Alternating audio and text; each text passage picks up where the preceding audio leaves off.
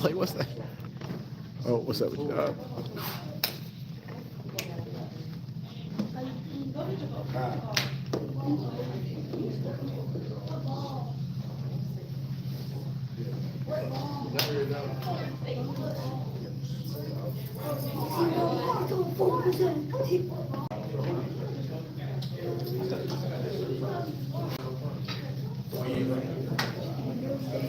Hey y'all.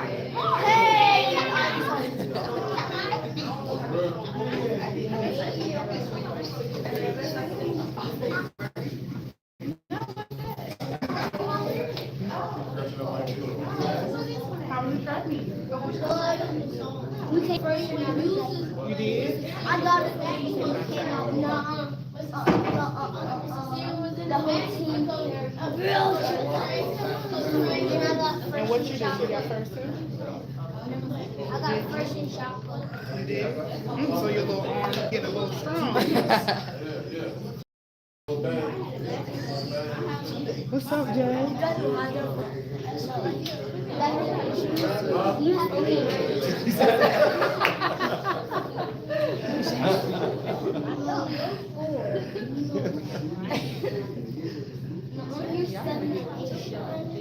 Running was 7 and 8. He's old.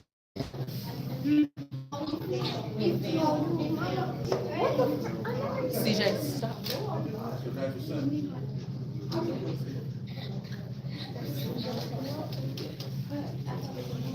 Right.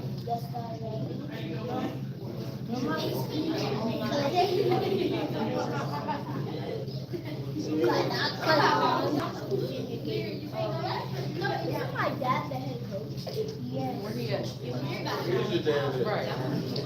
I have no clue. You just left the track. The head coach is late. The head coach late, that's right. So he's late.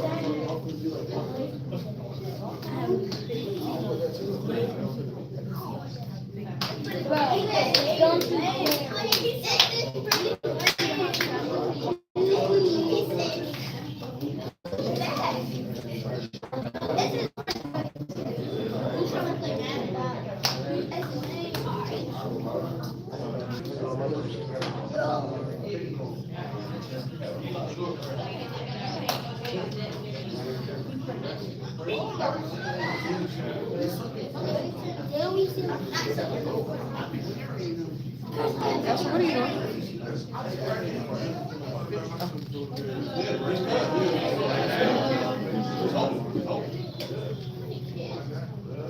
Oh my god! Ash! Oh,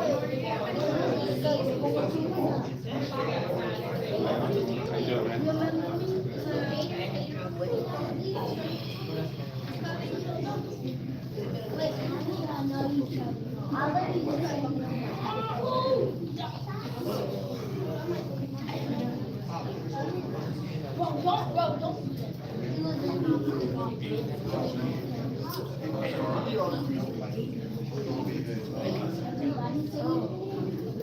Why?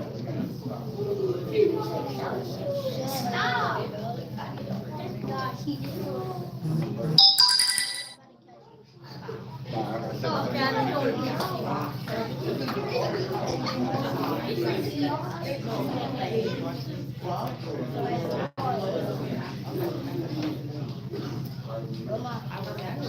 I should have won that one, but I had to track it. Stop.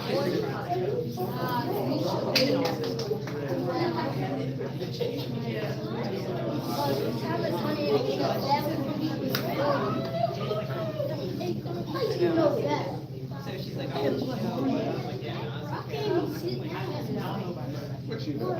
He just so he can't wear 90 feet. he had a job. He had to, I forgot to do snacks for the game. Didn't work. I asked him to pick it up. So he got stuck in traffic. But no, he was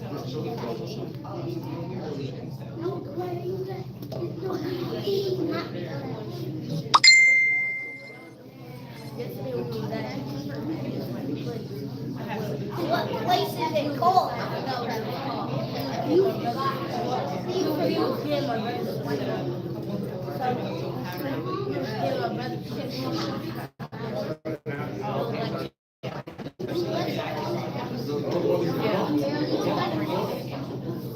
get some. Actually, no, leave that alone. Exactly. That's what I literally just said. Come here, let me help you. Let me take your neck. Come here, your sleeve is all the way out here.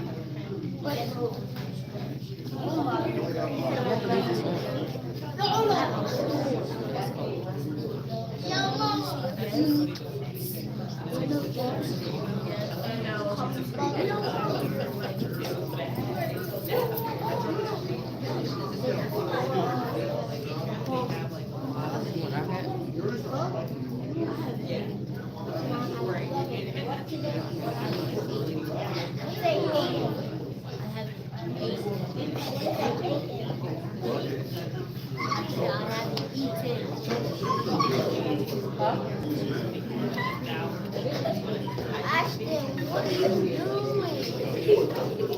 It's the most iPad I ever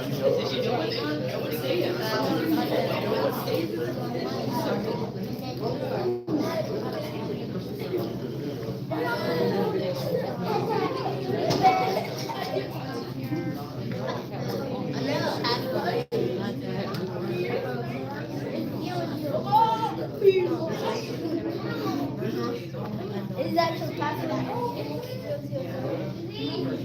can put it right there. Out loud too. I saw you do it. I know what password. I can do it right in the book. Put the password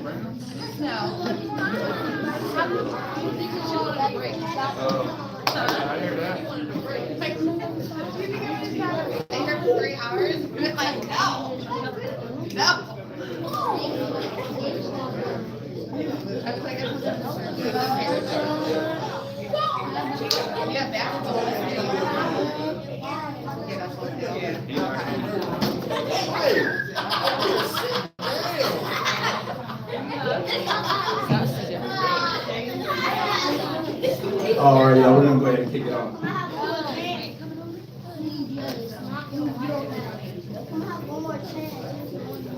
And we can stop.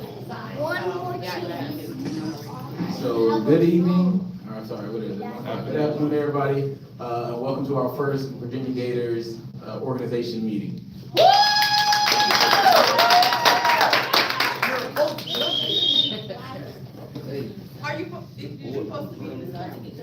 So what we're gonna do is we're gonna go right down this PowerPoint we got here. If you got questions, feel free to raise your hand. We'll stop and 46 slides, so I want to make sure we don't forget about your question.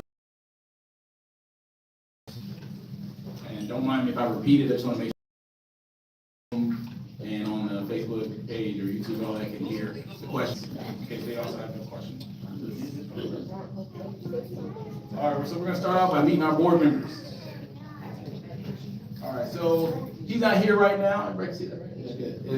Is Jewel, our organization president. A little bit about him. He's the president at EMS Industrials.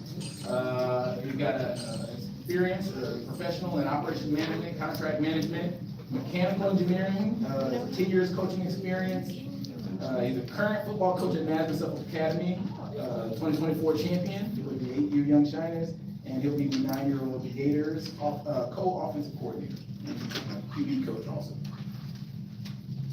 Next up, we've got our vice president, Dennis, Coach Prime Anderson, a mechanic at EMS Industrial, 6 years of coaching youth football, 5 conference titles, 4 state titles, 1 national title.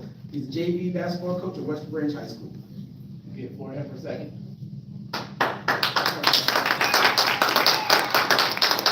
How everybody doing?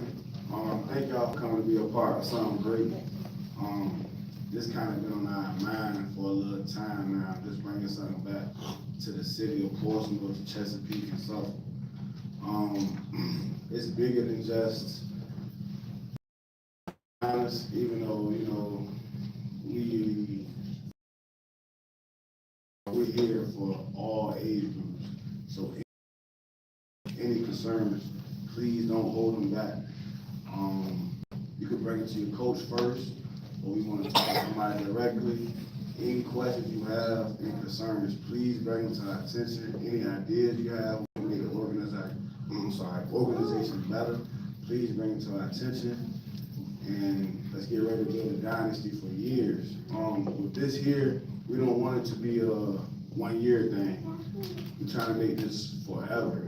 You know, I mean, nobody lives forever, but we're trying to go on a good run.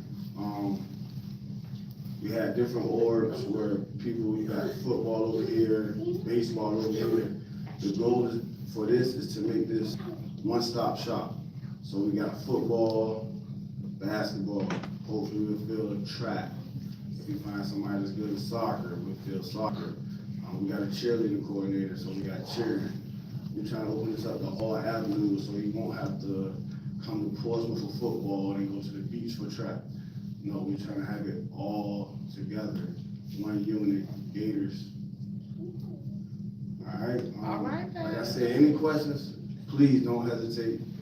Somebody will be able to answer the question. If we don't know the answer, we'll get back to you with the exact answer. We don't want to lead nobody on. We're going to try to be transparent as possible.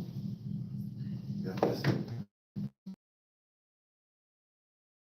Big point you're going to talk about today with us on this board. Our next board member, our secretary is Travis McCool, Petty Officer First Class in the United States Navy for the last 18 years, 2020 regional champion, and he's also coach on the 2024 national championship 8U Young Shiners. Oh, yeah.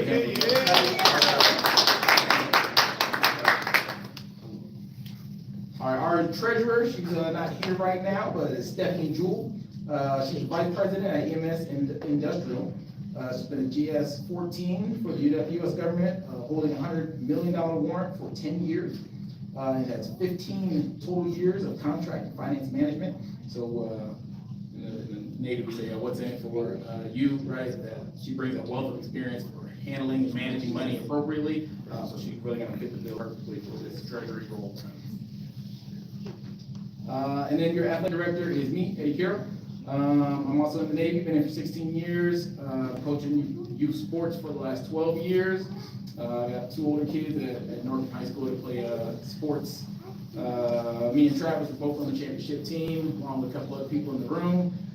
Back in the day for Pop Warner, 8U national champ, and I'll be coaching special teams for the 9U team with the Gators. All right, so our mission with the Virginia Gators. All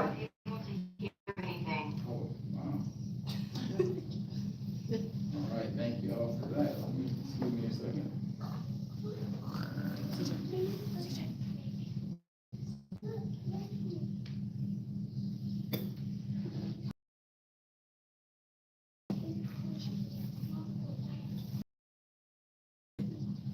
Yikes, okay, can y'all hear us now?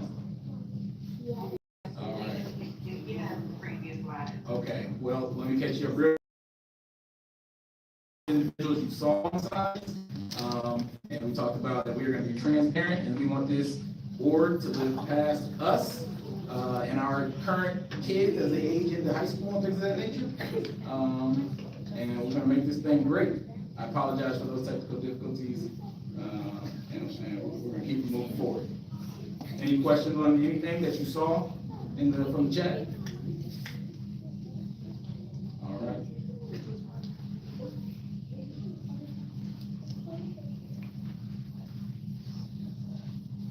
Okay, so our mission here with the Virginia Gators, all right, with the Virginia Gators, our mission is to empower young men and women to achieve greatness both on and off the field. Through the values of teamwork, discipline, and integrity, we strive to nurture future leaders who will become pillars of their communities.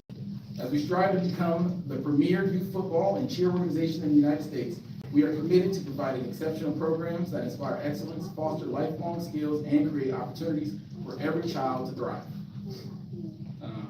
You'll see Coach Justin brought to us 6 pillars of being a man, and we also are working on a theme for our ladies that cheer.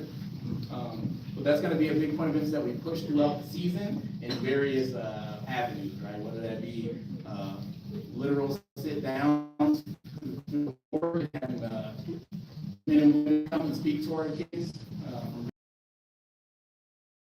to be successful in their various endeavors. Our coaches to make sure that we are setting the example for your children throughout this. We aim to establish the Virginia Gators as the nation's foremost youth football and cheer organization by fostering excellence through access and participation in top-level competition, shaping individuals who make a lasting impact in their communities and beyond. So our goal here, right, we want to make it simple, is to make good young men and women for the community, the U.S. and for our families, right? We're going to do that by showing them top-tier levels of commitment in football and cheerleading, right? Nobody in this organization that is coaching your children is going to be allowed to simply be there, right? What do I mean? If you're gonna be a part of our org, right, you're gonna be locked in all, right? So we've been pushing it out to all the head coaches. You gotta build your staff up, right? From football to cheer. There's 6U, 12U, cheerleading, whatever. All right, we want numbers because we want quality instruction given to your children. 2 coaches trying to coach 20 kids, people are running around, crazy stuff, right? And you're looking from the stands, looking at us like, what are y'all doing with our kids, right? We already know that's an issue around the area, but it's not going to be us, okay? So if you see that, right, transparency, like VP said, right? Hey, I feel like my kid's just picking flowers on the field. We're going to address it, go to your coach, let them know. We're going to handle it, all right? Code of conduct. The Virginia Gator organization will set the standard with professionalism. All coaches, team parents, and athletes are expected to carry themselves appropriately at games, practice, and on social media. Conduct detrimental to the organization or your team will be grounds for dismissal from the organization without refund. If you're not sure if your post on the internet is going to reflect poorly on the organization, just don't do it. Poor sportsmanship / breaking the code of conduct is grounds for your team and or that individual to lose out on the dual family national incentives for your team. Coaches, please regulate. And we'll talk here towards the end about what that dual family national incentive is. There also will be a code of conduct paper for everybody to sign, the players, as well as the parents and as coaches, right? Because we really do want to bring a different kind of vibe to the city and to our organization. Right? I think that sometimes Portsmouth gets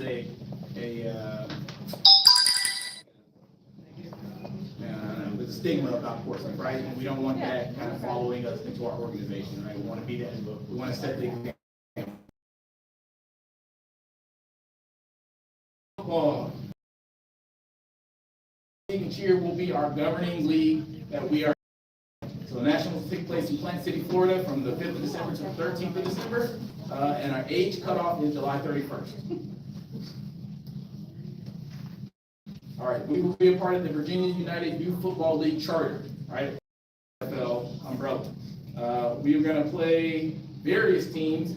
These are the teams that are actually associated with VAUYFL. Okay. So you should expect that we will play at least 4 of these teams for our football side of the house. We're also working to ensure that we can put our top tier talent against our kids, right? So part of our vision, right, was to play against quality competition, right? Whether we win or lose, we want your kids to be getting prepared for the next level. So if you're just going out and beating up on some team that has, 13 kids on their team and 3 of them are 2 years too young to be playing, it's not helping your kid get ready for Florida and for higher levels of competition. All right, so we're gonna allow real quick our head coaches to come up and talk about their personnel. On what Coach E just said, it's not really a lot of competition around here. So we will travel. We're trying to travel 1 time a month. Can't make any promises yet, but we will travel. So just travel there at least 1 time a month, so we can get some real good competition and to prepare us for Florida. That's the goal.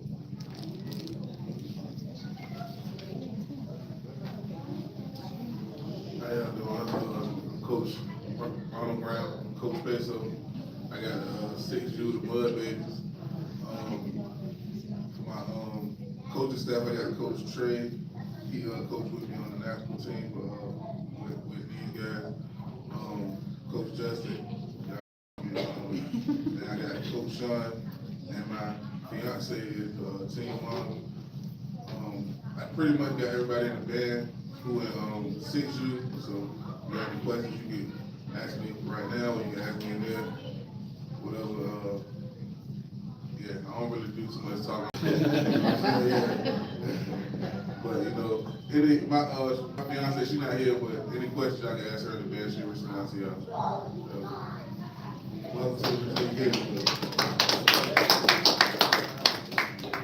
All right, and our second team, our head coach, Coach Curtis Kearney. I don't know if you're in here, Coach. Yeah, some of our coaches couldn't make it today, that's all right. Our 7U team coming together nicely. You see all of his assistant coaches there. We're gonna be working with them. Swamp Boys, y'all get ready. Hey, oh, I my bad, Coach. You can say some of those 7U coaches. one time. Come up here, Coach.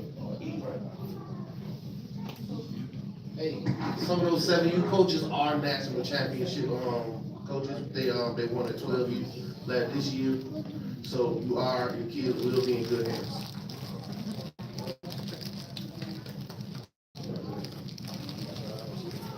All right. And for our 8U team, Coach Carl, you in the building today?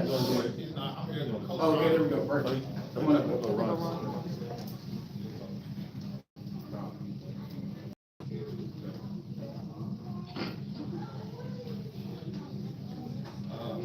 Good morning. Good afternoon. I'm Coach Ron. I came over from Big Wolves. Coach Carl, the head coach. I'm Coach O-line and D-line. Most of the whole staff, we've been together for last year. Last year was 52nd nation. So we're gonna push kids hard. We'll tell you that right now. Parents, you're not gonna have to worry about a child being singled out. The goal is development and progression. Straightforward. The goal, development and progression at the same time. All right, but straightforward. We're gonna push kids. And the thing is about parents, coaches, transparency. We're gonna be honest. Talk to a coach. I actually pull the team alongside, talk to the head coach, go through a training order. If not, also talk to the league as well. But make sure that third party there with you when you have that conversation. But that's all.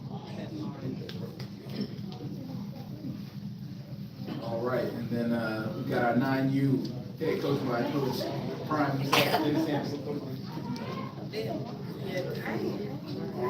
I don't really see too many new parents from the 9U, but we got the same mission. Finish the drill. Yeah, we added a lot more coaches. So we like 14. Sure enough, is. We're like 14 deep, so we're trying to build it the right way. Yeah, that's all I got to say. Now you listen to finish the drill, trying to go back to back. A lot of people say it don't count because we're not the Bulls anymore. Whatever, same kids. But we're gonna put our foot on the rubber neck and finish the drill by any cause, by any means necessary. Yeah, that's all I got to say. All right, and then 11U, Coach Jesse in the house. No representative. All right, no worries. All right. He's here. Oh, is it?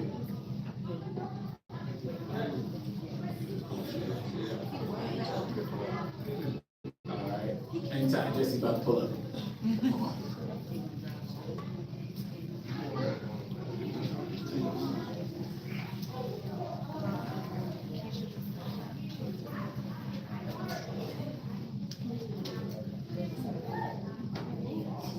How y'all doing? Jesse here, I'm the head coach for head coach for 11U. I do have quite a lot of staff members on my team. For my defensive coordinator, I have Calvin Harris, which he actually coaches semi-pro football right now. He's still into it. I have Raheem Artist, my running back coach, that's back there right now. Great running back coach. My quarterback coach, my OC, Terry Willett. Coach T, he's over there in the corner. Charles is actually not here today, but that's my wide receiver, right coach. Rob not here. He actually in Cincinnati, if I'm mistaken, with one of his kids that run track. I have Coach Brown, which is Malik Brown. He's back there in the corner as well. That would be my defensive coordinator as well.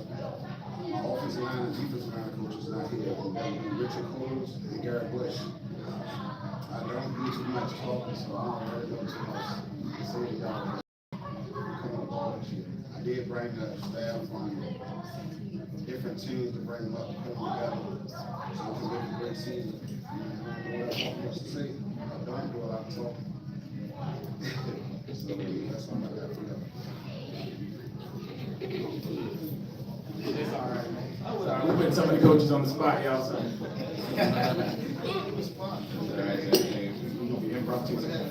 All right, and then 12U on the coach ready, you see it, right? All right, so yeah, with our 12U, we got some stuff cooking for them right now.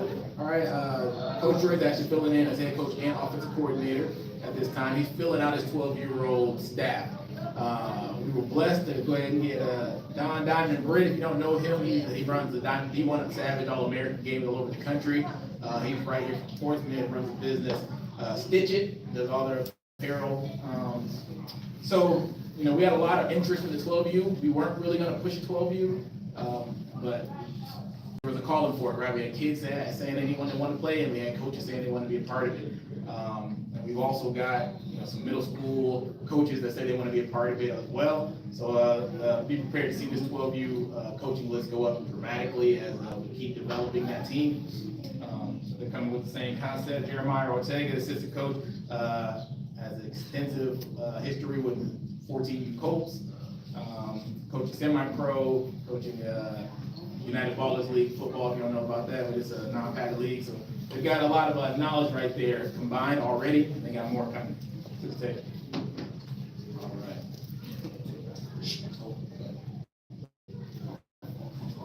Before this kid come up here, parents, I just asked one question. 24-hour rule. All right, so after a game, please get a coach 24 hours before you contact him about any concerns. I know a lot of emotions be rolling after a game, definitely a loss. So please, parents, I'm asking this 24 hours, you contact the coach. If you want to bring a third party in, that's cool as well. But we're just asking for a 24-hour rule to let the coach get over the situation that happened or the loss that happened.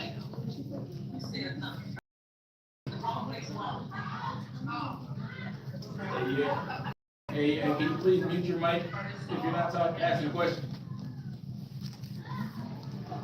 Yeah, so just the 24-hour rule, definitely after the loss, so the coach will calm down, get his thoughts together, so emotions just won't be flying back and forth.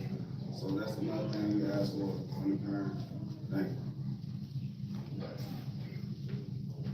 All right, and something we're very excited about this year is really building a quality cheer program. So it's new to definitely the board members, us, right? So we had somebody jump on this grenade, and she's really running with it right now. In the background, I tell you, we've had extensive conversations with the United Youth Football and Cheer leadership, like the actual person who runs the whole thing. She's provided us a lot of documentation. Peninsula Youth Football League, right? We're not even in that league. They're helping us because everybody wants to see the young men and women that cheer, prosper. So we're excited about this because we know we got people in Portsmouth that can really turn up a sideline. Do you have an age yet for your cheer team? So, or teams, I should say? I'll let you come up, but I can answer that question. But come on up. This is Kenya McCoy, our cheer commissioner.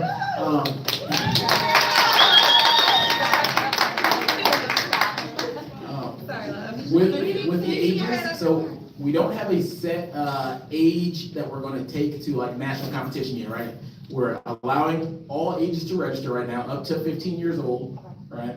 And as we see what the pool of girls are and boys from whatever ages, right? That'll be kind of we'll take a 6U, we'll take a 8U as if we build the staff for that.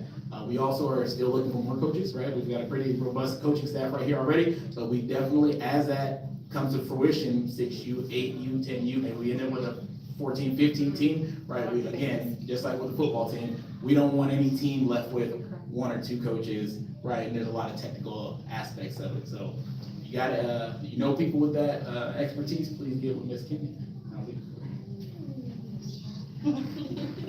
Hi, I'm Kenya. I'm your head coach, and then I have Anisha, which she's gonna be a coach as well. And then I have a team coach, and that is gonna be Raya.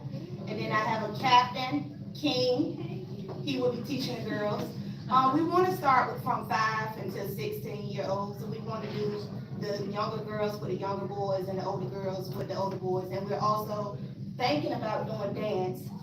So they will dance and they will cheer. We will do halftime for the girls. So that's something else. We don't know if we're going to incorporate cheer and dance during halftime, but they will be doing both. We will be going to Tampa. We will do Florida. So that's something else we're going to get to. We're trying, I told the Eddie, we're thinking about getting girls into some tumbling, things like that, so that we can move on and become a better team. That's it.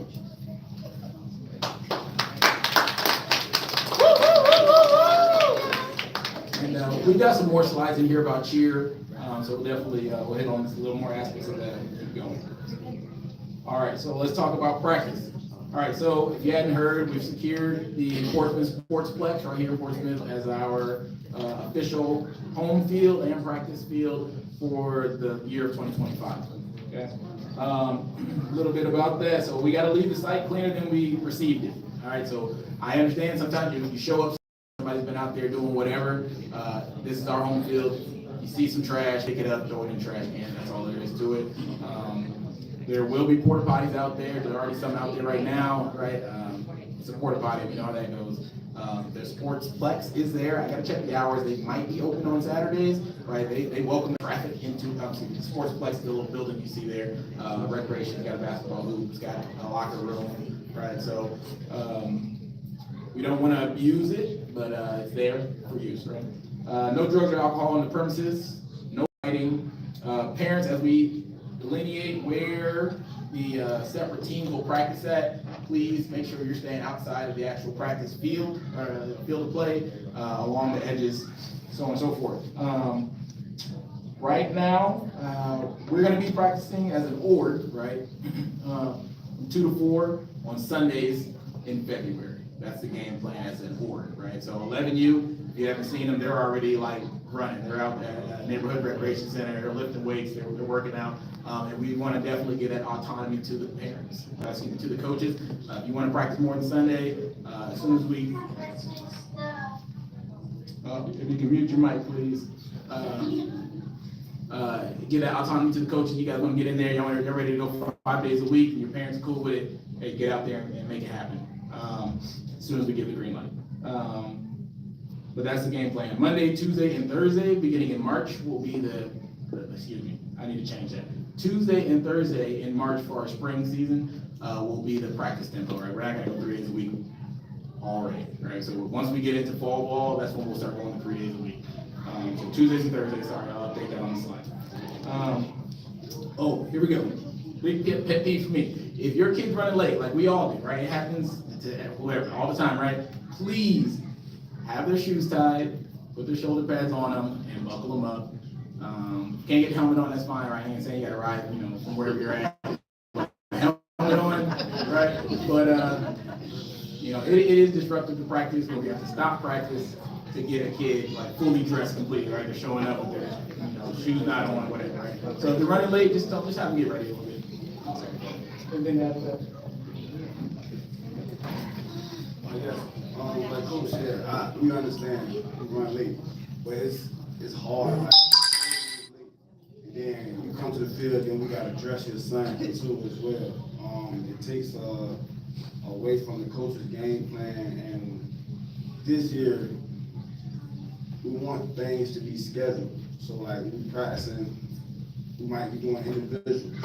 So the coach gotta stop doing individuals to buckle somebody's shoulder pads because they're late. It's gonna kind of push us back behind. We understand things do happen, and parents, we understand some people don't know how to do it. So we understand those things, but please, if you can, if you are late, just try. Just work with us a little bit, just try so we can get the ball rolling. And definitely with there's no lights out there, we don't want y'all out there until 8 o'clock. So we're gonna try to get you out by at least 7:45. You know what I'm saying? So we keep everything kosher in the house and everything smooth. Please help us out in that aspect. As far as keeping clean, we will dedicate ages for each week. Yeah, say it again. Delegate. Yeah, delegate. We would delegate ages for each week. So it's everybody's responsible to keep it clean. But say it's 9 week, 9 you walk around at the end of the day and make sure there's no trash on the field, just so everybody can do their part.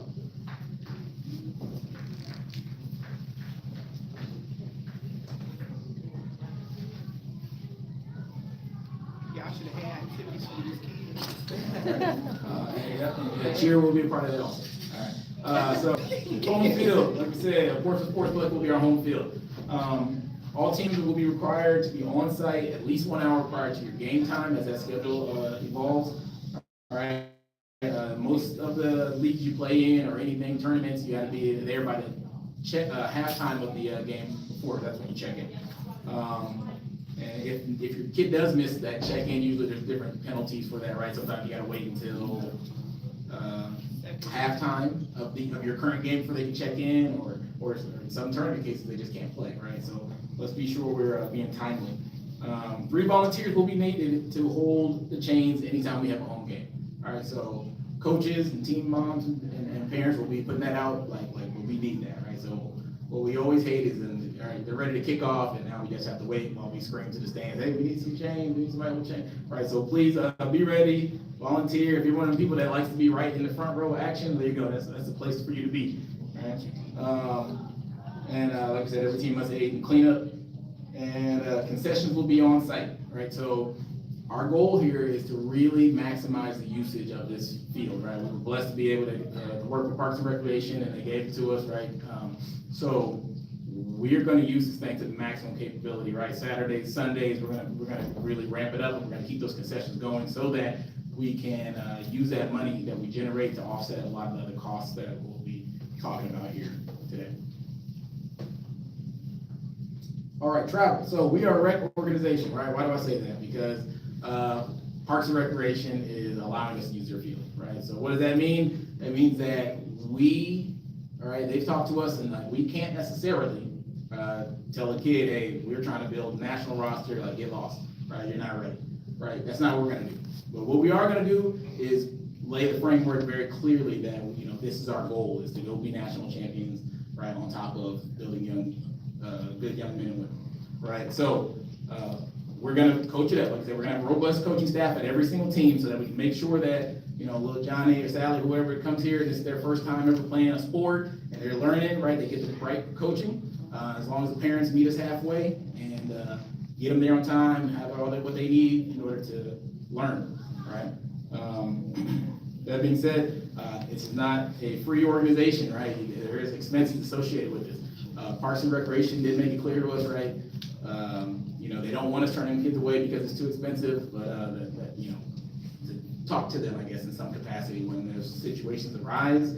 I don't know what that means yet. They were very ambiguous about that. It doesn't mean they're gonna pay people's registration. But they did say, the goal here is to get these kids from Portsmouth to stick around in Portsmouth and not have to go to some other place and play sports. All right. But we're a travel lord. Coach kind of talked about this a little bit already. We're going to be on the move, right? We got to play good competition in order to be ready for Florida. So expect that, like Coach said, one time out of state in the month of June, July, and August, you should expect at least to go somewhere, right? Doesn't necessarily mean we're going to Florida in June. In fact, I highly doubt we are doing a huge trip like that, right? But you should be expecting a North Carolina, a DC, maybe Richmond. Nothing crazy, but, South Carolina, something like that. Right?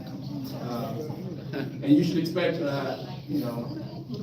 to 3 probably trips during the actual fall season out of state to play some team. Right? Again, nothing crazy. It'll probably, if we do it, when we do it, it'll probably fall in conjunction with like holidays or something like that, where there's a day off on Monday or a day off on Friday and Monday, things like that. So that schedule will be coming out though. Documents that are needed, right? So I got a few here for anybody who wants to start that process. I love to go record and then my printer jams, so all the rest of them didn't print. But we also have those digital, and we'll get them out. UIFL participation contract and UIFL travel form are documents that we will need for Florida. And then your physical, your UIFL physicals. Everyone has to have a physical dated in the year of 2025. Right? And it has to be on a United Youth Football League form. Right, so we'll get those to you and we'll have digital for you also. The conduct policy will be coming, and then you gotta have your official ID for your child, right? Whether it's one of these 3 items here, it could be any of those, you gotta have it, and your team mom or parent needs to have that on hand so that they can show at check-in. Questions on any of that? Yeah, what's the travel form for? Yeah, so the travel form is literally when we go to Florida, this just tells them like where you're staying at, things like that, the level. It's just a form, mandatory for Florida. We won't even see this again once you fill it out until we go to Florida. Gotcha. For that UIFL physical, my son's physical, like our insurance only allows one a year. So like for him, he's not due until March for his physical. Can he still do those February and March practices with his current physical? Yes, so it's a great question. Her question for those in the chat who didn't hear that is if you can't get your physical due to insurance purposes until a certain date, can you still participate in like 7-on-7 and spring and all that? Yes, is the answer to that. You'll have to have that physical on file for the fall UIFL season, which the first game we'll talk about here shortly will be on August 23rd, right? So the schedule, the roster is locked. I want to say like October frame. The roster is locked. You can't add, I think, any more kids after that. What was that? Second week of October, yeah. So there we go. Great question. You have another question over there? Is 7-on-7 like already in stone? Y'all gonna do 7-on-7 for the spring after the spring? Yeah, so it is on stone. Right, we got some slides. We're gonna talk about 7-on-7 here in a minute. But yes, the goal, right, is for the org to move as an org, right? 7-on-7, spring football, fall football, right, and cheerleading throughout the time, right? But yeah, we'll be yes, that is concreted in. We're gonna do 7-on-7. Yep. Do you have a due date for the physical? So we don't have a hard due date yet. We'll come up with one. Again, it's not really mandatory until the fall season kicks off.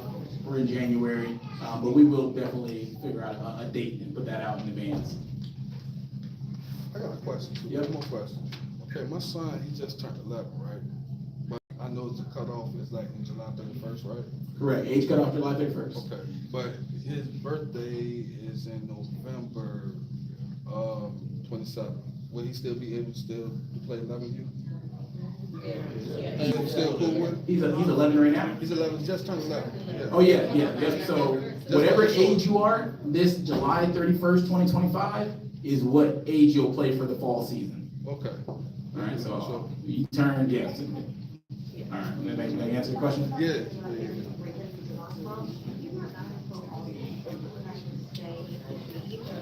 He doesn't, so you can play up. The question from the chat was, do you have to stay down or can you play up, right? And you can always play up, but you can't play down with younger kids.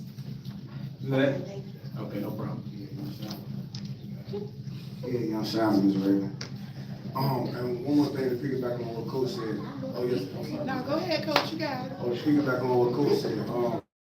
We definitely not turning no kids down, but we do not have an MPR rule. All right, you gotta understand, we do not have an MPR rule. That means some games your son might not play. He might not play, depends on the turmoil of the game.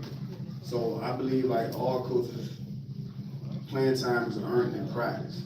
So if your son doing what they're supposed to do in practice, there's no reason why he won't touch the field.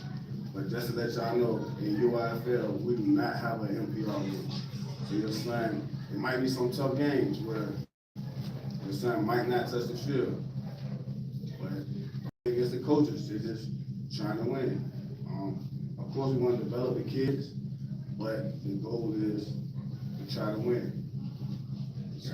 I got a question. Y'all don't have that, UIFL ain't got the impact rule like PIFCO do. Nah, it's high school football. Cause I know PIFCO, you got I think they allow you like 6 plays, so all the kids can play, but. Yeah, so that's the MPR rule. So yeah, I can't stand it, but anyway, that's enough. No, yeah, I understand. It's different. Don't get me wrong. It kind of benefits too, because sometimes you might not have. So our situation in 7U, we have what, 16 kids, and so with that MPR rule, we wouldn't have been able to compete in Florida because we only had 16 kids. So sometimes it's like a pro and a con, but for us it's an actual con. I mean, a pro. One more question I'm asking for her. Okay, she wanna put her baby boy in on the team, right? But she concerned is, yeah, we playing travel ball. If we all wanna go, say we go to Richmond, there's 6U going to Richmond, 8U, 9U, or they're gonna be going different places. So, I'm sorry. So the question was, are we all gonna travel together? Yeah. Right? So that's our goal. So we've been talking to the commissioner from UIFL. He told us if we have a schedule to him by the beginning of July, we're good. So when we were trying to make a schedule, we're trying to make sure everybody can travel together, right? And now check me out. So it might be a game, I'm just throwing names out there. Yeah. The Virginia Goats, they might only have 2 ages, all right? And then say we go to Portsmouth Bruins, and they got the other 4 ages. Right. So if we're away, right, so 4 teams have to travel to the Portsmouth Bruins, and 2 teams might have to travel to Virginia Goats, that type of situation. But if we're traveling out of town, we're gonna make it an ordeal where the whole world going. Okay. But like if it's like a away game here, and like I just said, like the Portsmouth Goats only had 2 teams, and the Portsmouth Bruins got 4 teams, and we split up like that, then it'll be 4 teams here, 2 teams there. But a lot of the orgs around here don't have a home field, so that's our advantage right now, that we have a home field, so we kind of can control our destiny. You know what I'm That was saying? my concern. We got a 6-year-old, 2, 11, and 1, 12. Right. So yeah, so like it might just happen. Like it's not gonna happen if we in DC, right? So we in Virginia, and like I said, like if we just happen to have an away game, and like I said, we got 4 ages that the Portsmouth Bruins got, and then we got 2 ages that the Virginia Goats got. We might separate that way, but it won't be like, okay, we got 4 teams playing in DC and then 2 teams playing Portsmouth. Right. It won't be that situation. So if we going to DC, the whole world going to DC. The only ones that might not go is the Mud League. Because it's 6U flag. And a lot of teams not doing 6U flag, but we're gonna definitely get them the games they need. That's a good question. Any more questions? Cheer will travel. Yeah, cheer will travel. So If the board going to DC, cheer going to DC.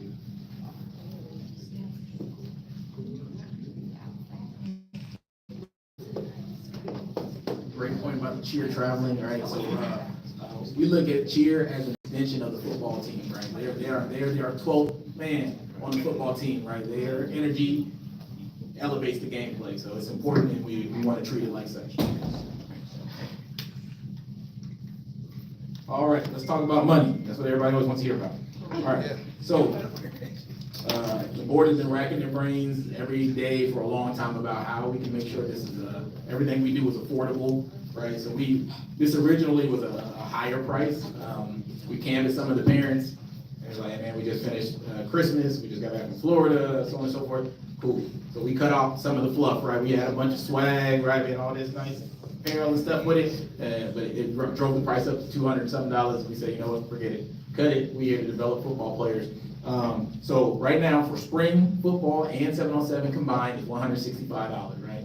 So that gets you that, right? And that's we'll talk about 7-on-7 here. That's gonna get you into 2 7-on-7 leagues. So and that comes with insurance, your registration for tackle, a practice jersey, a uniform, and then your entry into the 7-on-7 and a t-shirt. All right, and that's what will come with that. Question is back.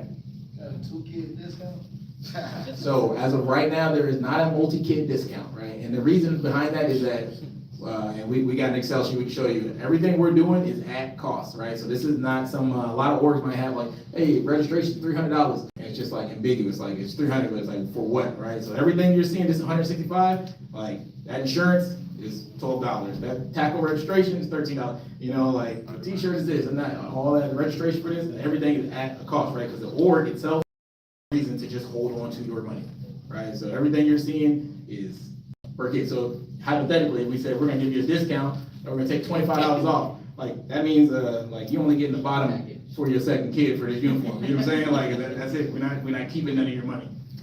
So that's where we're at right now with that. And for the chat, the question was, is there a multi-kid discount? I wish. Hey, but you will be doing payments, right? Yes, there will be an option to do payment plans, right? So we actually, we have a website in the works, right? Through sportsengine.com. We went ahead and made that payment and did it. None of us on the board are IT people, right? So this is a little challenging for us, but they are working with us. They're building it up.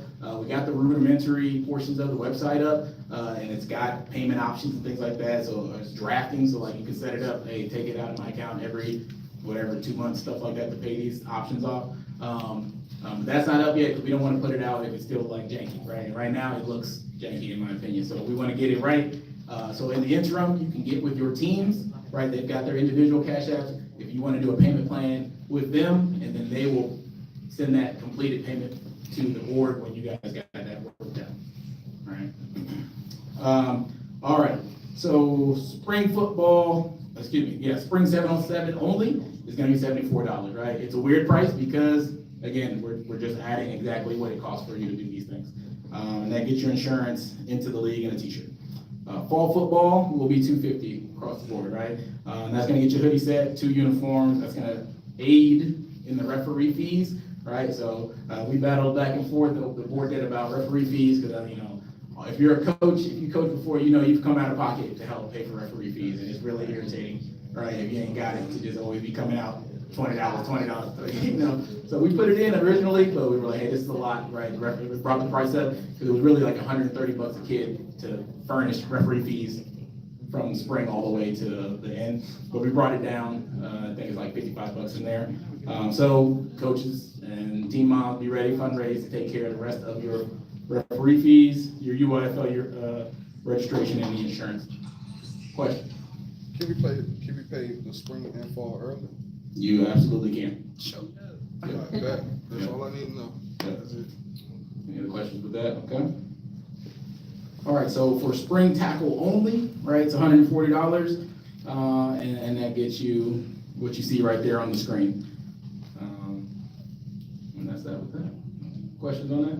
Anytime you all make a payment in full to the organization. You see the orgs cash up there, please be detailed, right? Because until the website's up, we are doing this thing. Obviously, we like to do digital so that you got the receipt, we got the receipt.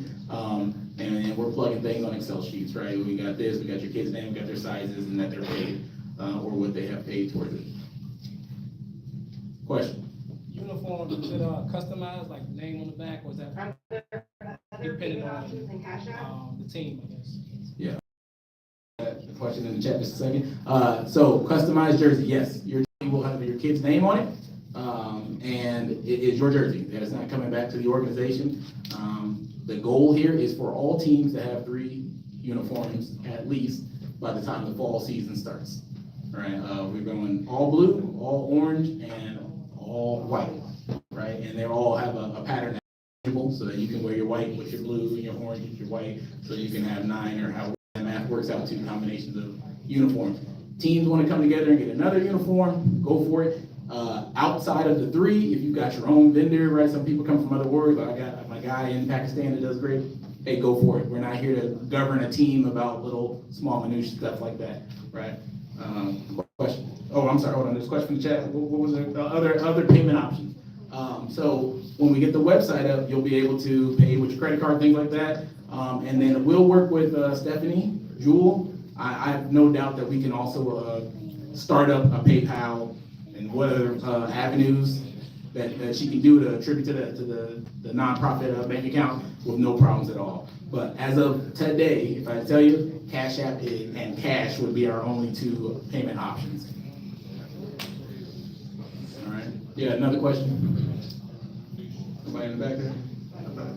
Oh, right there. Will y'all have like a try-on day or like a sizing day to see, because I know uniforms are made different.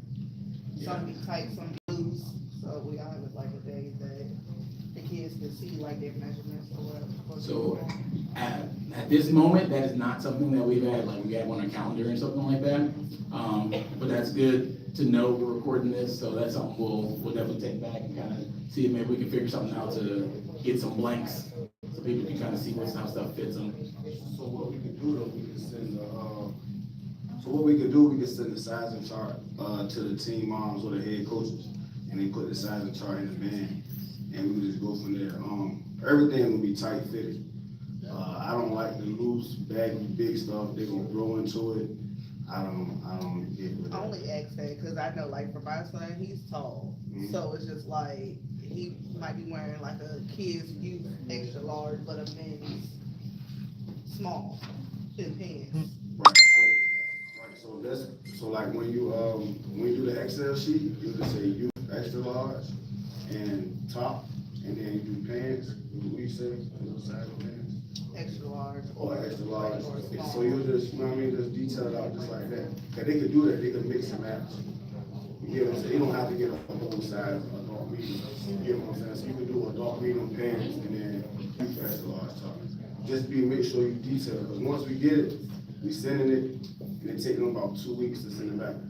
Right. I would assume y'all have a vendor, you know, can you tell us who the vendor is, so we already have that uniform determined? It's game industry. I'm pretty sure, I mean, y'all might deal with them, but I don't think nobody really dealt with them. We felt this guy like last year. He's really good. He did our uniforms. He's really good. I like the material and the way they fit on the kids. And they strength. Yes. Yeah, I don't know if you see it.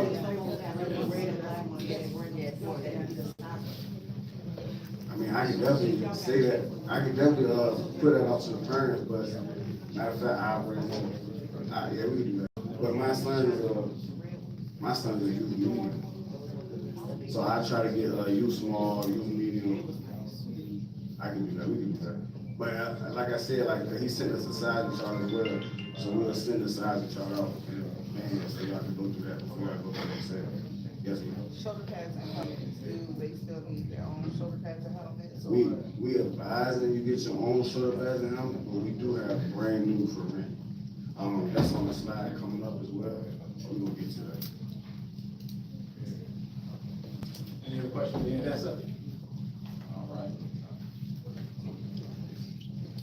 All right. right, so cheer registration. Cheer will be $170. All right, and that's going to cover what you see there: insurance, backpack, hoodie set, uniform, and a practice shirt. And that is the baseline for all that, right? And we'll talk about some additional expenses, right? I'm sorry, we got a question. Okay, some additional expenses with that, right? Take care of, right? Like your shoes, right? There's like we're not gonna collect money for shoes, and you have specific sizes, right? But they have some Reebok high tops they've already selected out, white that they want all the girls to get, and the cheer socks, right? They got that and the pom poms, certain things that you have to take care of outside of the normal registration price. Questions on that? Okay. Registration is non-refundable. We aim to please and make this a great experience, right? But like we said, everything's at cost, right, of whatever it is. So we can't have you jump in, we order you a uniform, and then you're like, I don't like this, I want to leave, and then think like we got to give you the money back that we just bought your kid a uniform with. Like we can't do that. So it is non-refundable, and that's the reason why, right?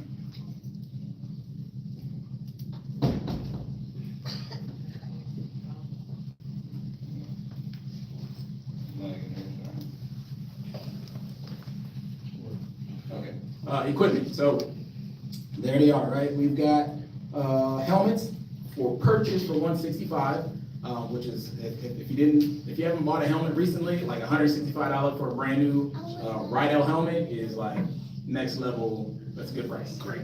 Feel free to go on Amazon or wherever you want to look and see if you can find a better price. I don't think you will.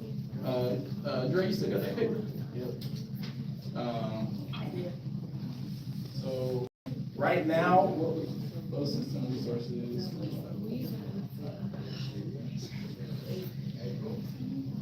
Right now, what they got in stock, all right, we got for shoulder pads, right, you see the cost, I'm sorry, let me just backtrack. $165 to buy a helmet. You can rent a helmet for $85 for the season, right? And then you can buy some shoulder pads for $48. The shoulder pads are brand new also.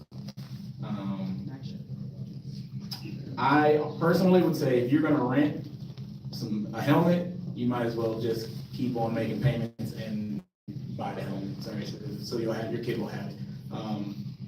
That's my thought on it, right? So, because again, $165 is a great deal for a helmet. Again, feel free to Google it and look it up. Right now they've got, for shoulder pads, we got 17 extra smalls, 12 smalls, and 12 mediums, youth mediums. And that's it. And then for helmets, we've got 23 small/mediums. They have that slash because they're inflatable, right? So you can pump it to the medium or small. And we've got 10 larges and 24 large, extra large/extra large. And then that's a 7 extra larges. Oh my God. All right, so that's a 4 extra large helmets. All right, so that's what we got in stock. Feel free to get with your teams about getting those individual. Okay, and we will have actually more of that equipment coming through the pipeline. Also, Guardians. I don't know if I put Guardians on here. Yeah. So I think I forgot to actually put Guardians on here, but if you're interested in getting a Guardian, he's got 69 Guardian caps. No, not 69, right? Some of them are already allocated. Okay, so there's around 50 Guardian caps. If you don't know what a Guardian is, yeah, they're actually on top of the helmet right there. All right, and so one, they said they're a little bit better for protecting the kid's head and things like that. It's not something you can play with it during the game. Okay, we're not gonna say you can't. So there it is. All right, I'm a little bit old school, I guess. I'm getting there now, so I just like when I see somebody with a Guardian on in a game, so it's crazy. But we like them for the concept of we've got brand new helmet, right, protection, and then it also keeps the paint from getting scratched up early and all that stuff during practice and things like that. So yeah, those are available too. Guardians to buy, I think he said were like 40 something. Yeah, 40, 45, close to something like that. I apologize for not having that info on the PowerPoint. We'll get that out to everybody though. $48 for the Guardian cap, which again, if you look it up, you're gonna see it for about $70 online. If I have a black jumper and blue Guardian cap, Say it again.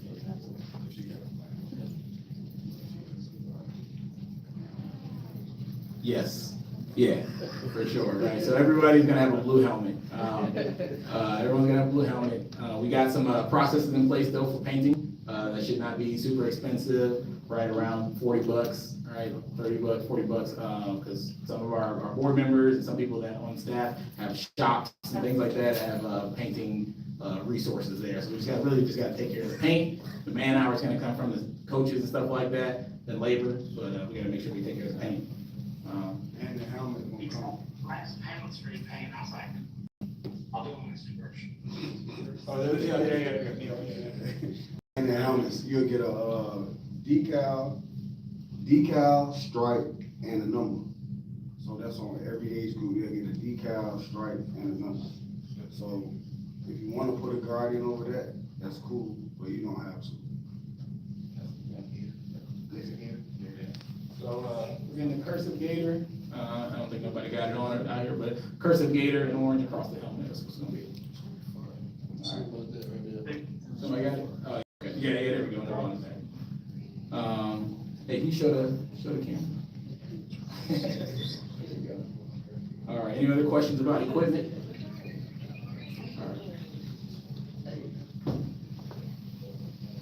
All right, let's talk indoor.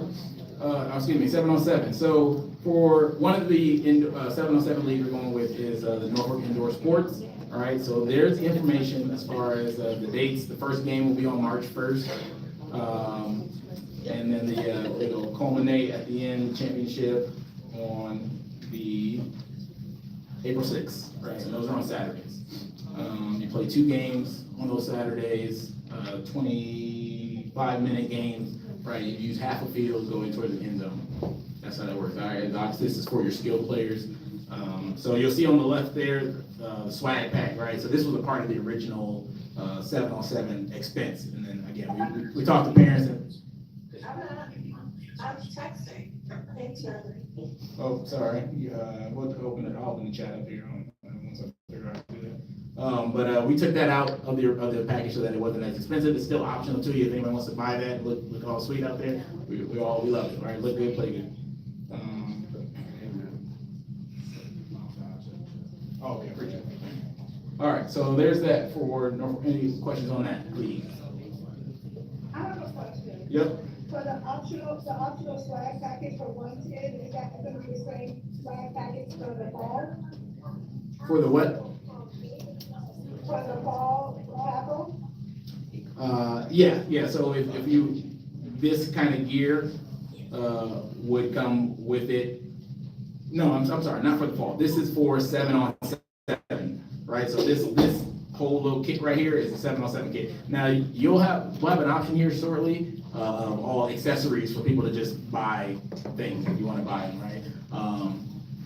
Does that make sense? So if your son plays like that, is that gonna understand?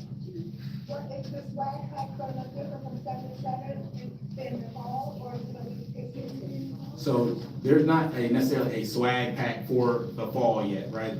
The fall consists of your uniforms, a hoodie set, and a t-shirt short set. Does that make sense? Thank you. No problem. All right.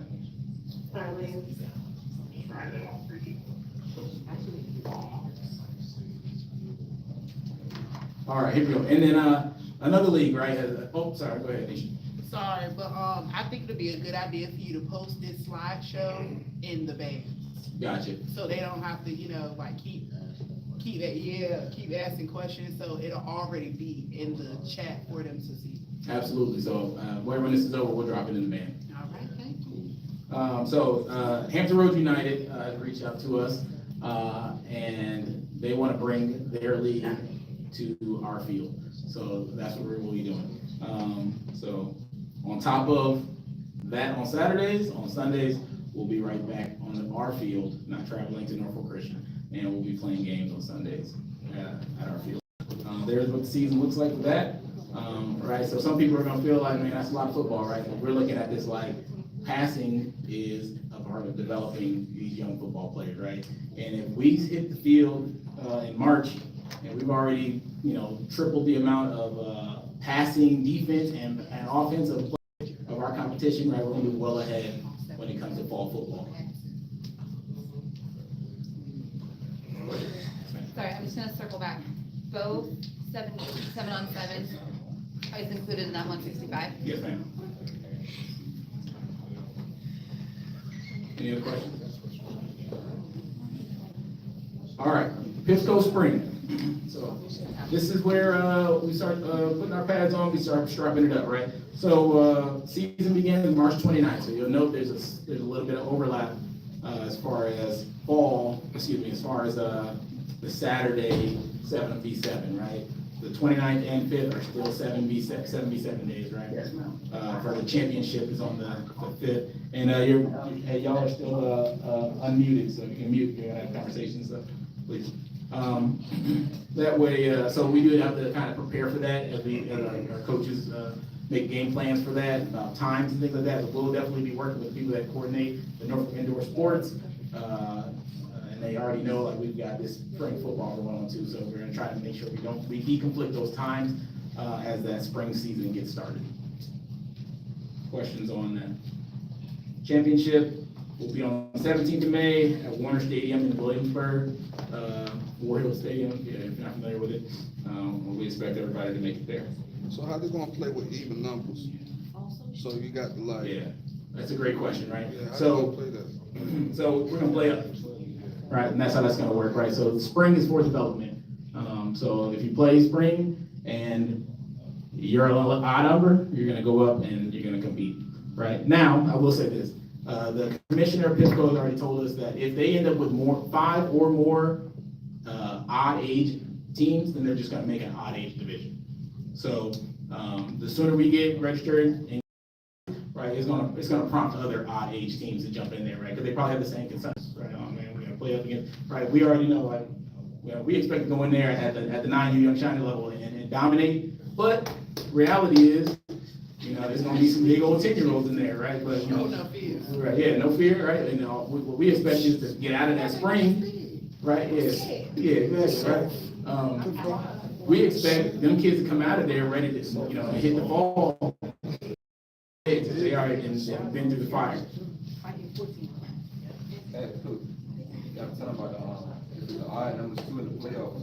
Yeah, that's a great point, right? So in the Pisco Spring, you play up, but if they have 2 odd teams, when you go to the playoffs, you still fall back to the odd number for the playoffs in the Pisco Spring. So that's how that works, if you want to, right? So you can still, if you're out here dominating in the up, and you want to go win that up, even as a young team, you can opt to stay there. But that's an option too, right? And then, like Coach said, we know it's a lot, so it is an option, but we do advise y'all to do it. The more reps, the better the kids gonna get for the fall. Last year we played, what? 1,000 games. Last year we played 23 games. There's a lot of games, but we didn't do 7-on-7, right? In the rain and all. In the rain. Yeah, in the rain and all. So it's just the commitment factor, like the end goal. So we know, like, it's gonna be tough. It's gonna be cold. It's about to be February. It's gonna be freezing. Kids don't want to be out there. Coaches don't want to be out there. Parents don't want to be out there. But the commitment, the kids see the parents committed, they gonna be committed. I know me, I got a son, and if I be like on the way to practice, man, it's cold out there. I ain't trying to be out there. He gonna have that same attitude. So all of that is important. On the way to practice, even though parents, you might not want to be out there. Don't put that energy in the air. So the commitment to everything, like, we understand it's a lot, and you can't make everything. We definitely understand, but the ones you can make, please make them. The reps, I'm telling y'all, reps.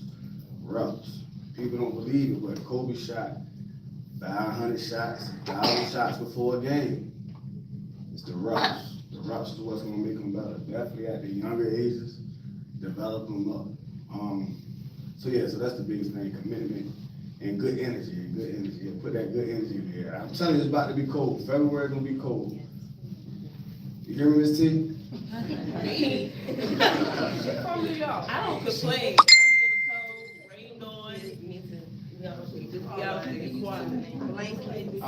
And then additionally with that, right, we recognize that, these are kids, right? So that's why we made these provisions, like we're making sure we have guardians available for people, right, that are concerned about things like that.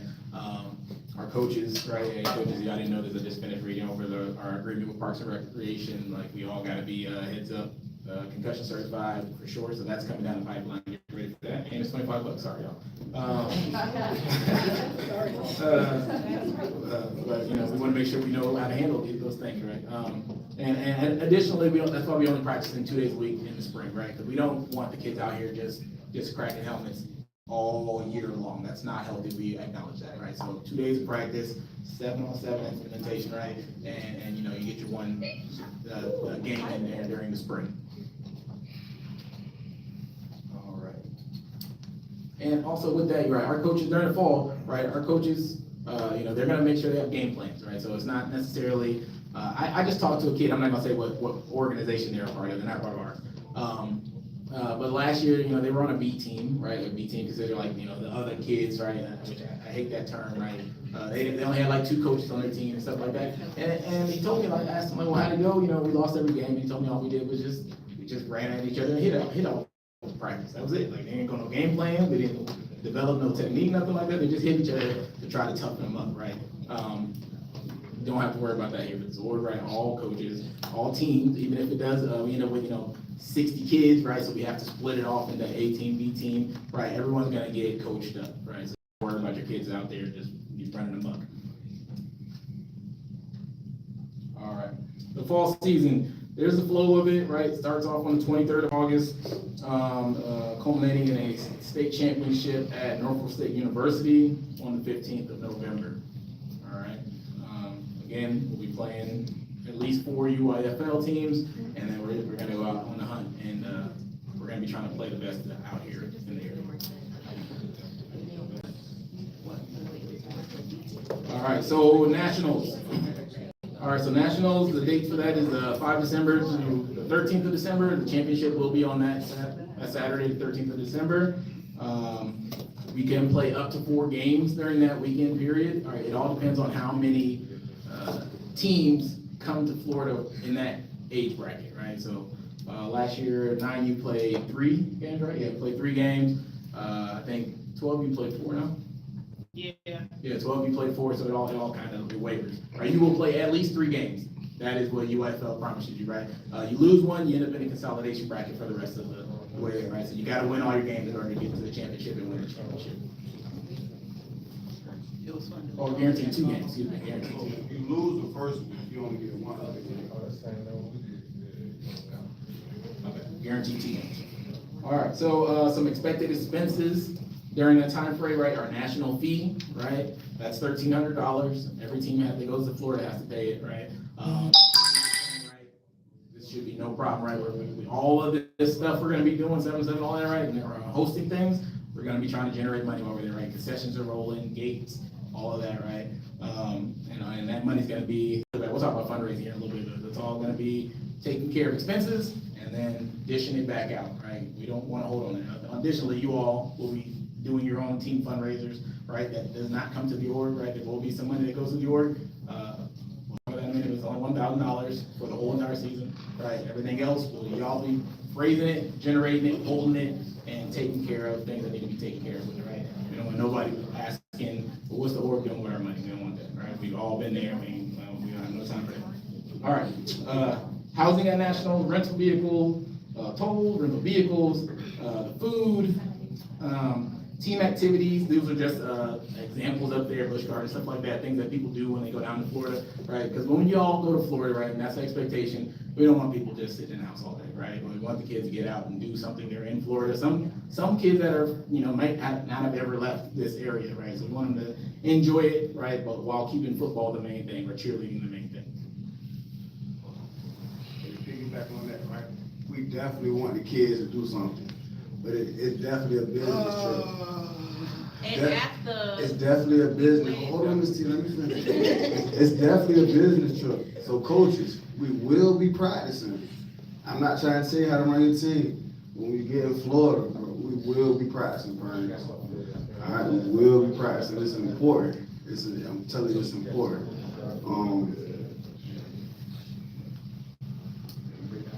All games are streamed down in Florida, so if you can't make it, right, the kids going with the team or your family members looking, all the games are live streamed, and then there's an option to pay for the games, I think individually, or you can pay for like a package and just get all your age group games too. So that'll be put out as we get down there. Any more questions about nationals? And to reiterate about the $1,300 fee, the president has said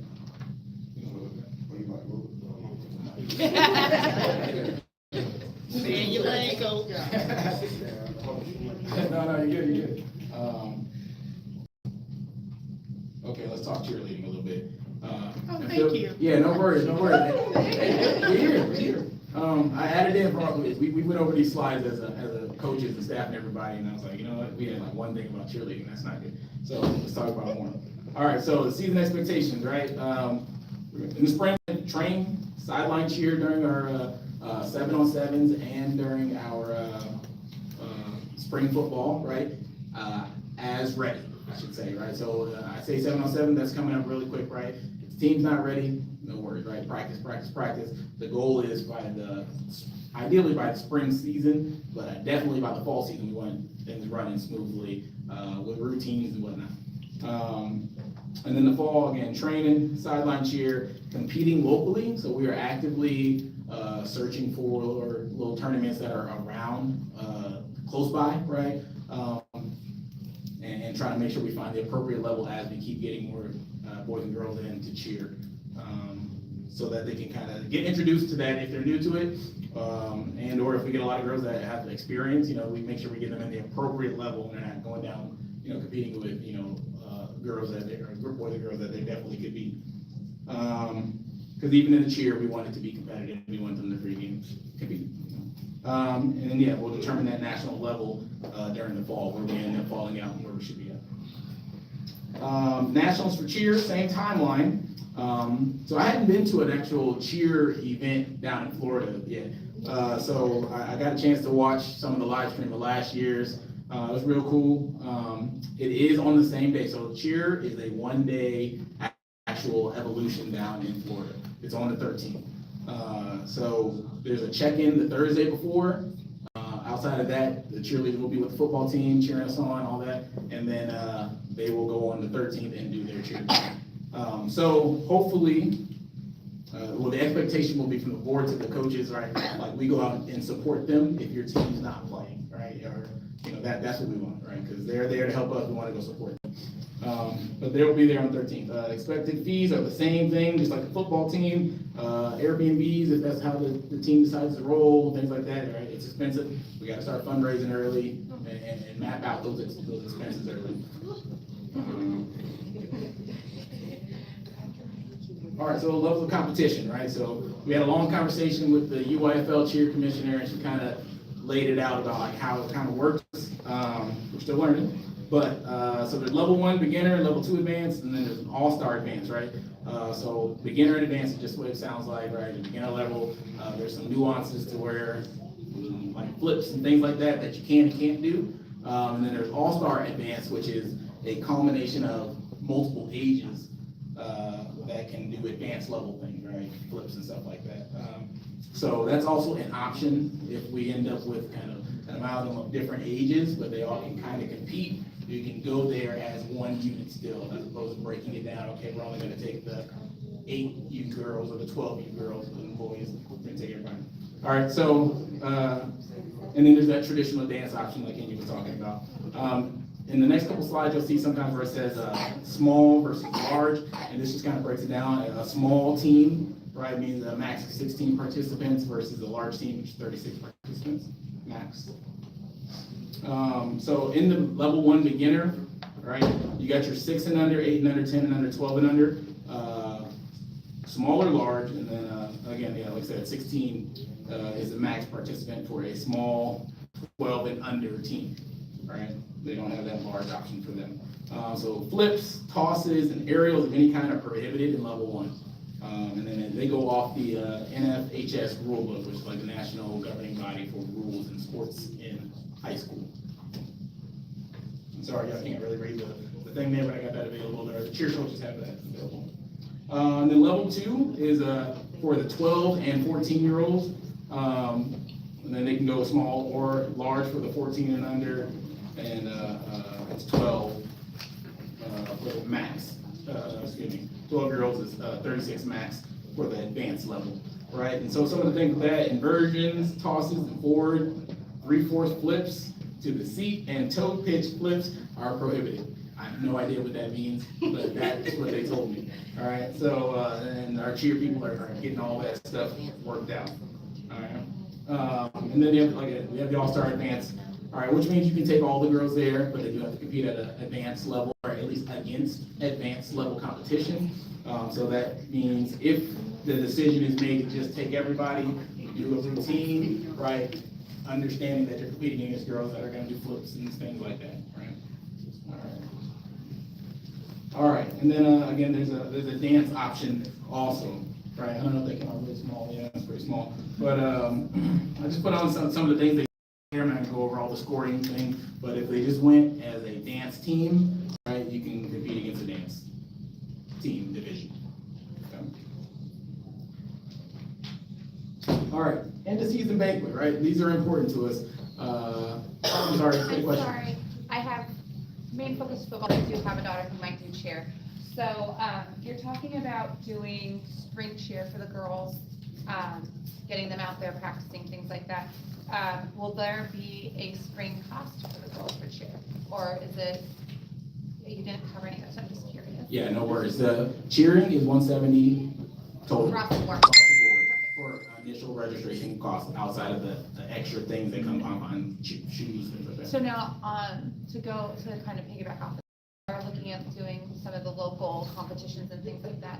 Will that 170 cover those registration fees, or will we pay those separately? That will be a separate, right? So 170 gets you into being a cheerleader with the Gators, and then there's additional expenses that gotta be covered, i.e. tournament fees, things like that. Okay. No problem, thanks, good question. Any other questions with that? All right, cool. End of season banquet, right? So everybody's gonna have a banquet, right? If for some reason your team, coaches and team parents feel like, they didn't plan it right or whatever, right? The org's gonna take over that planning process for them, and everyone's going to do a banquet, right? Ideally, we do one big humongous banquet as an entire org, right?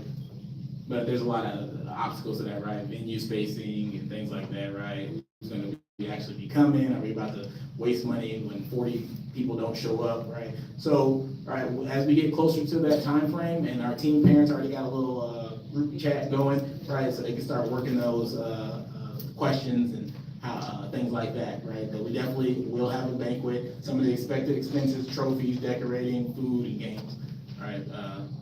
So just keep that in the back of your head. All right, and then just some additional expenses to understand that these things could and or will be incurred, right? Guardian caps, helmet painting, right? So Chris Neal, he jumped on there a little bit. I don't know if y'all heard him, but he was like, he's got a shop. He also does, that can do the painting, right? It won't be anything that knocks you over your head, right? 35, 40 bucks, something like that. We got to take it apart, sand them down, paint them. Getting the paint is the real expensive portion of that. Duffel bags for cheer, all right, the local UIFL registration fee, pom-poms, shoes, bows, cheer socks, things like that will have to be paid for also.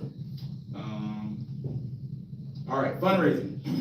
So each team is required to raise $1,000 towards the org, right? And all right, boom, right there, people already get like eyebrows raised. What do you mean towards the org, right? Why are you giving money to the org, right? And that is literally for us for our field maintenance and security, right? So we plan on charging a gate at the field, right? If you've seen the Portsmouth Sportsplex, then it's going to be like difficult to just tell people like, hey, stop, don't go in here, right? It's a big open area. So we're going to rope it off and things like that, and we got to have somebody to kind of regulate that, right? So we need some sort of security, right? Because we don't want coaches or parents like trying to grab up other people and tell them to get up out of the, we don't want none of that, right? So it costs money for security, right? So those fees will go towards that to make sure we have somebody that can roll around, look at the wrist bands and make sure people have actually paid, things like that, right? Because all of that gate money, concessions, things like that are gonna go back to helping us mitigate these other expenses that we're all gonna incur. And that's what the $1,000 is for, right? However the teams wanna raise it, go for it. We're gonna have multiple organization-wide fundraising efforts, right? Where we go out and panhandle and ask for money. A money dolly is in the works right now. If you don't know what that is, it's just literally something where you just send a link out and ask people to put money into it. And that'll be divvied back out to the teams and then they can send that as they wish. So we're gonna fundraise from the beginning to the end to make sure we can really offset costs. We don't want people going, bankrupt, trying to freaking play football and cheer.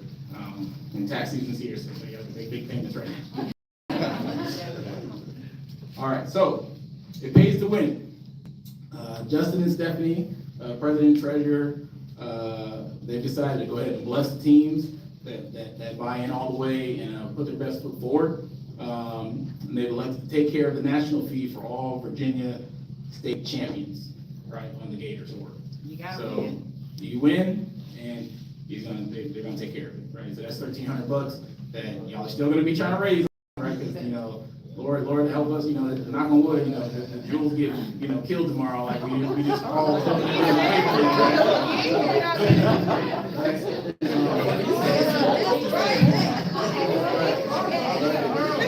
But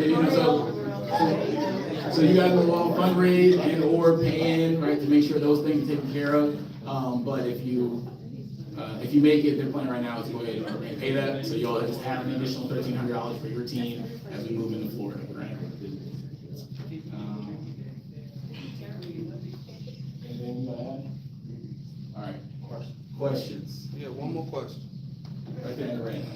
I have a question. Is there a cutoff limit for each team pertaining to how many players you have on the team? So that's a really good question, right? And the question is there a number cutoff for it, right? So UIFL, right, they have a 36-man roster limit. That's what they say right now, right? Now, I'm pretty sure when we got in Florida, there were some teams with like 40+ kids on there. Sure was. Yeah, right? Yeah, 12, you might have been one of them. Yeah. Are we gonna cut it off? I think the best way to put that is that will be up to the head coaches, right?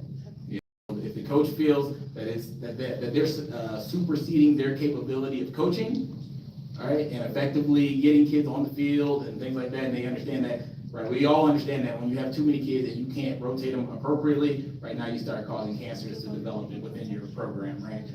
So it'll be up to the coaches. Now, what we do want to do, if we end up with a whole bunch of kids, we want to make sure that we have enough staff that maybe we can break off and do a second team is what we want to do instead of that.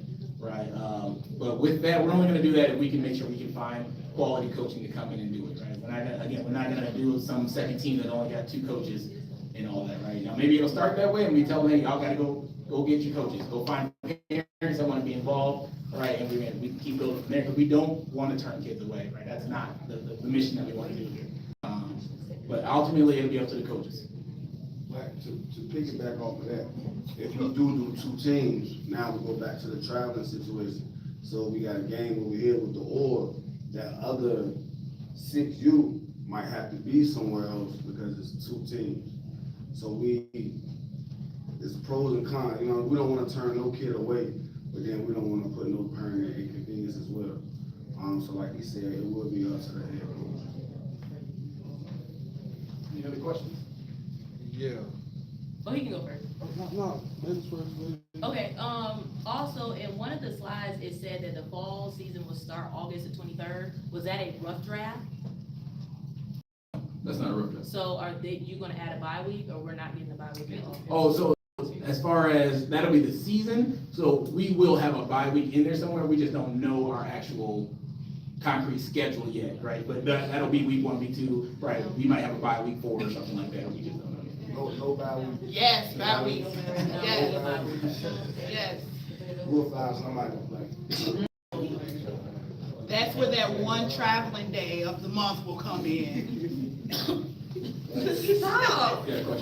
I think I heard talked to one of the coaches already, but I'm gonna ask y'all too.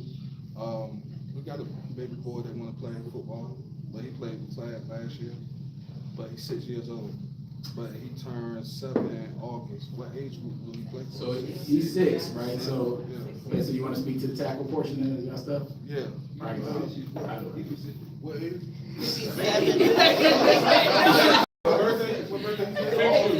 August. He played flag last year, but he wouldn't play tackle. I ain't gonna lie. He wouldn't play either one.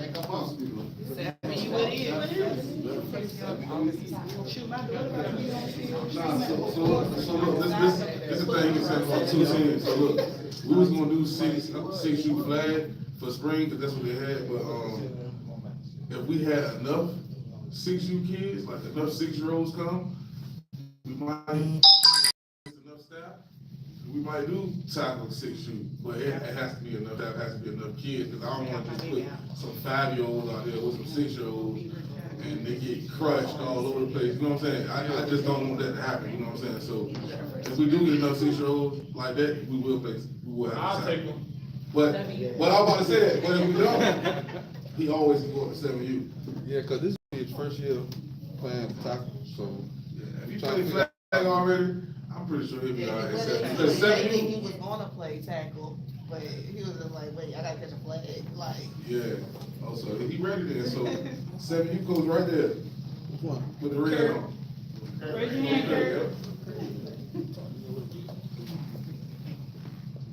So yeah, definitely as we get closer to, as like the summer comes around, 6-year-olds will definitely be formed up more, have their numbers kind of concreted, and coach will definitely be able to see what size kids he has, experience level, things like that. Either they already played flag, stuff like that, and that'll kind of lead into if they're ready to go ahead and do tackle things. Gotcha.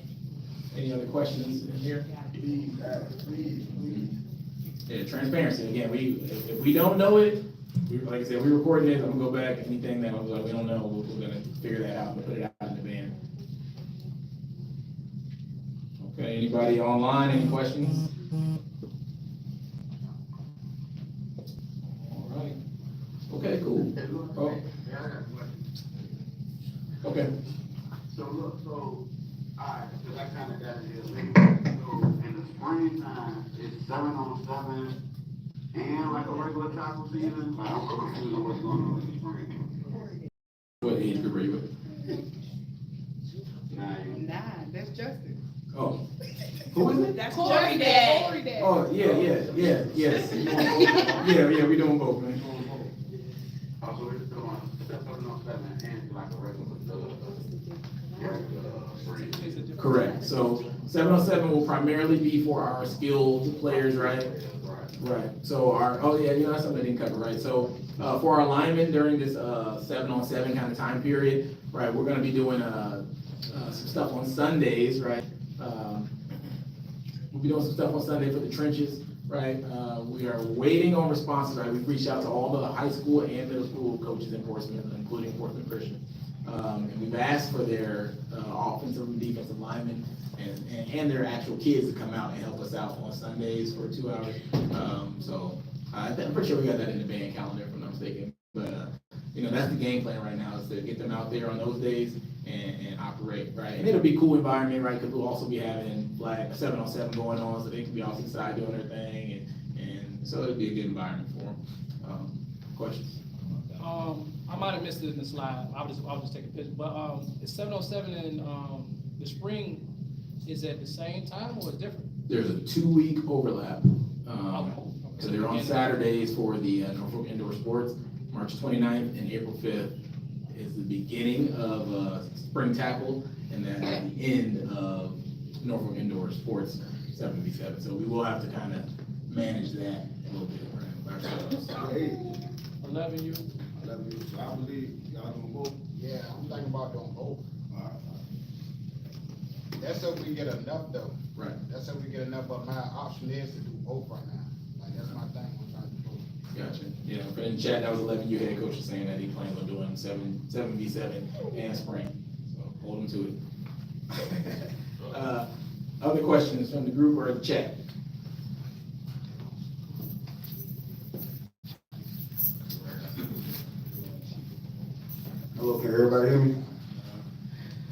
the chat too. So, my coaches, Coach Eddie, Coach Peso, Coach Trey, Coach Travis.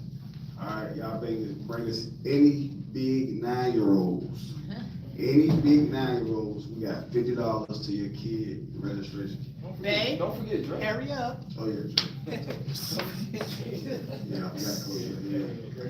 Y'all always. Any big 9-year-olds, we got $50 to What is the your Let it be known, Saturdays and Sundays, you know, for the fall, you know, we're gonna try to give you a heads up, but keep it open. Oh, yeah.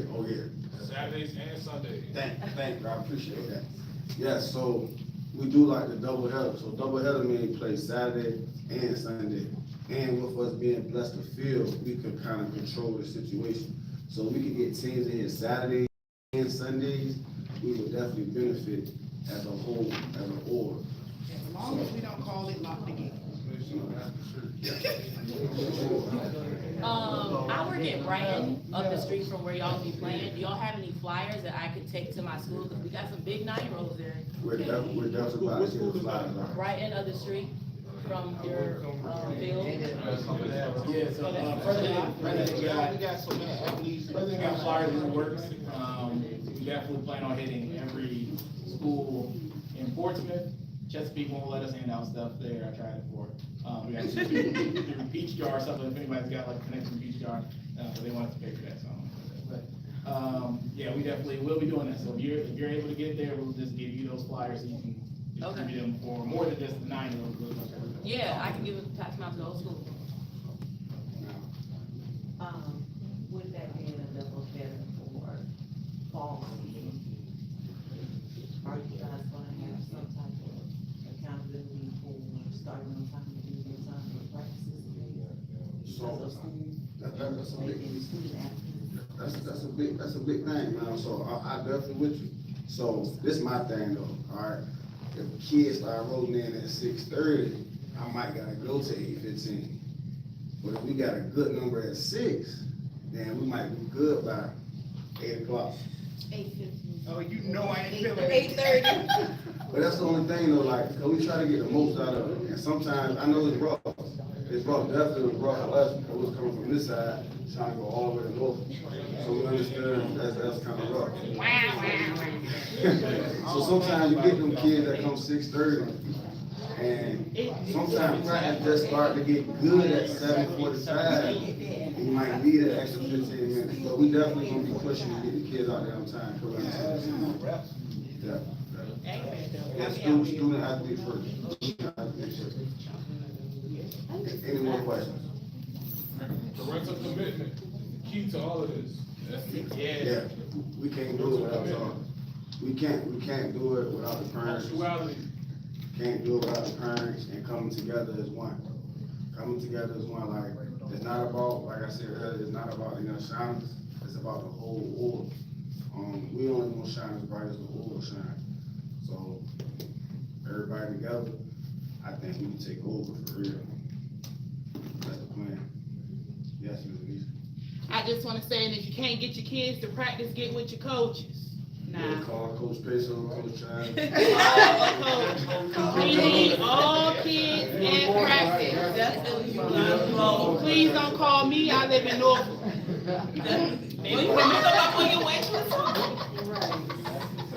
It's only one exit though, so if I gotta go past my exit.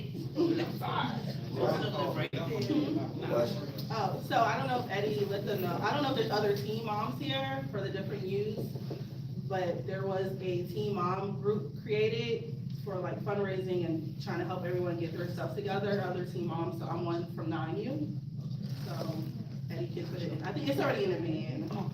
Yeah, this is Coach Eddie, Ms. Blunt, and Ms. Kim, ran our team last year, ran it excellent.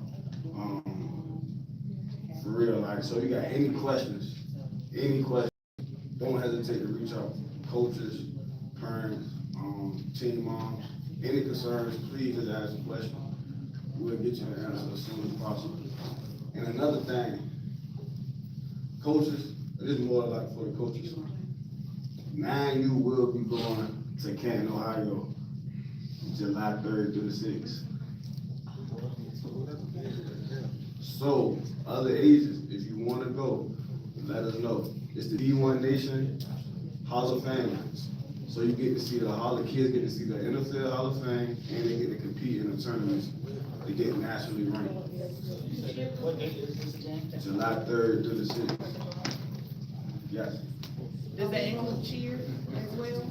If the cheer is assembled and ready to go, we're not gonna let them sit out. Okay, are we gonna have a 4th of July party since we gotta be out of town? Yes,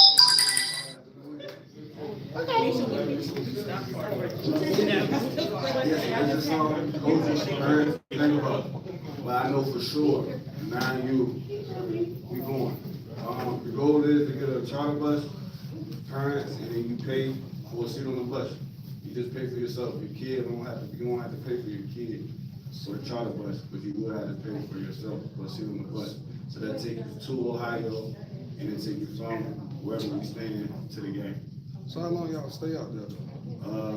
Hopefully we get there the third, so we'll probably get there the 2nd and leave like the 7th. That's cool though. And it's the experience. Yeah. Every time we travel with it, we just want the kids to experience something different.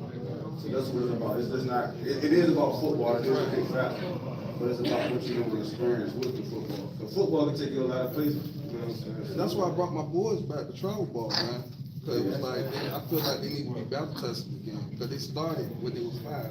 Right. So it was like, I was like, nah, man, y'all need to be baptized again. That's why I brought them back to travel football. Appreciate you, bro. Appreciate it. Yeah, definitely. Any more questions? Not trying to hold y'all any longer. Any more questions? Do we got any 7U parents here? So I'm about to say 7U parents. Good, right here. All right, well, that's Coach Kurt.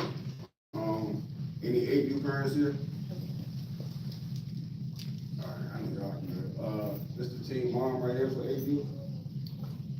So y'all want to talk to her afterwards? Any 9U parents? No. Young Shauna. Any 11U parents? 11, the team mom here, bro? Nah, she actually, she up here, she listening to y'all now as well. Okay.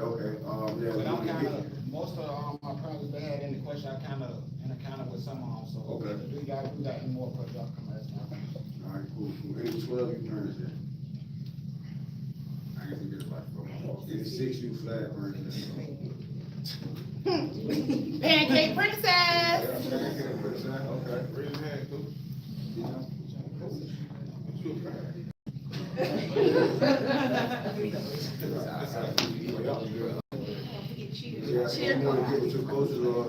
Any cheer parents in here? Any cheer parents?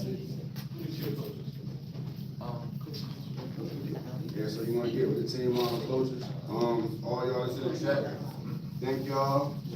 Coach Eddie will post the PowerPoint in the band. Thank y'all for everything.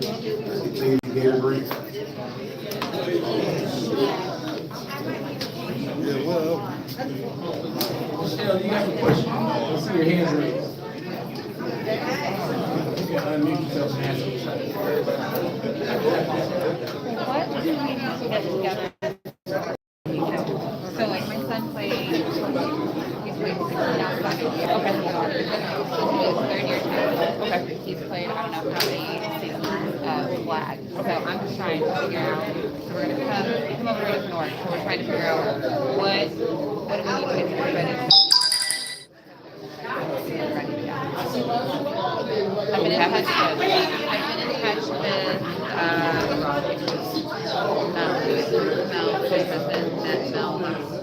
Mel at the club. Were you there? Oh, okay, yeah, so they may have met. I know he met Mel, or I know my husband met Mel. So I think he's, so we're just. Right, so what are you actually asking about? Yeah, yeah. Okay. That's the only